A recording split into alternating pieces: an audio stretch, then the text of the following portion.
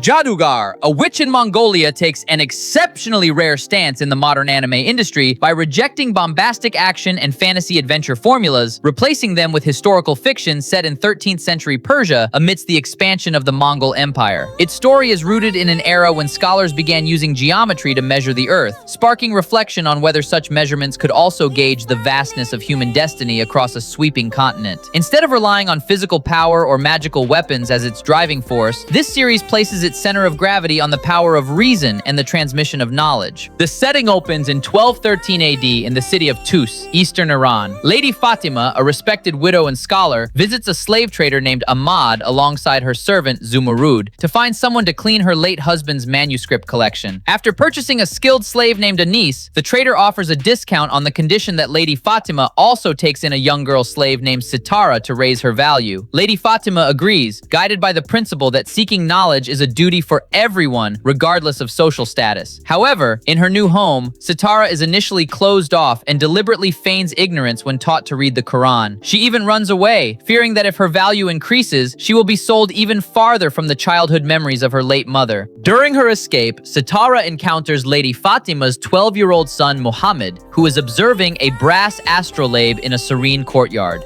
To bring Sitara to her senses, Muhammad leads her to the rooftop and drops a large earthenware jug, causing a loud crash that sparks panic among the townspeople. From there, Muhammad imparts a vital lesson. Panic stems from ignorance, and the true essence of learning is equipping oneself to predict the future and take the right actions without being overcome by fear.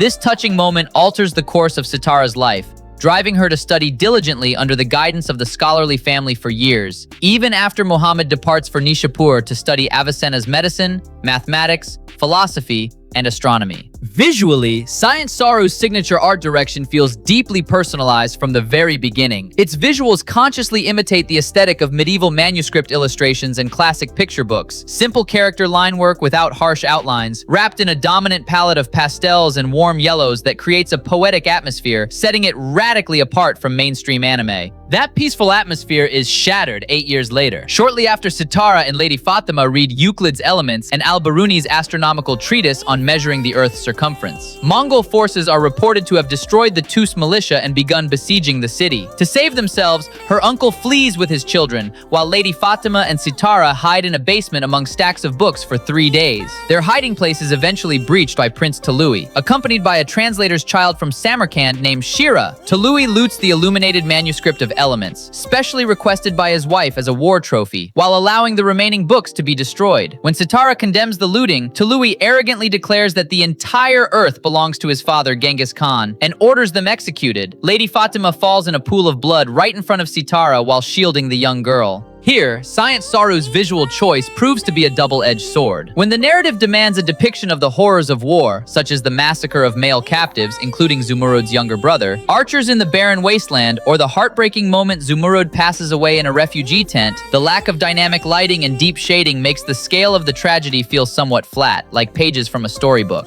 Fortunately, the stellar performances of the voice cast inject deep emotion that offsets these visual limitations. Sitara's despair reaches its peak at the Talokan camp upon hearing news that the city of Nishapur has been burned to the ground and its entire population massacred to avenge a fallen Mongol general, signaling that Muhammad is gone. As a resigned Sitara prepares to walk into the open wasteland to welcome death, Shira stops her, grabbing her hand to propose a clever alliance for her safety. Shira persuades her to use her reason and intellect to survive within the Mongol social structure, which paves the way for success based on talent. Knowing that unskilled captives are merely used as human shields, Shira urges Sitara to leverage her knowledge to regain access to the looted Elements manuscript, given that none of the Mongol princes, Jochi, Chagatai, Ogadai, or Tului, understand the language in the book. Remembering Lady Fatima's final wish for her to carry on Muhammad's scholarly legacy, Sitara finally agrees to the alliance and steps forward, adopting the name of her late mistress, Fatima. This strategy adds a deeply compelling layer to her character writing.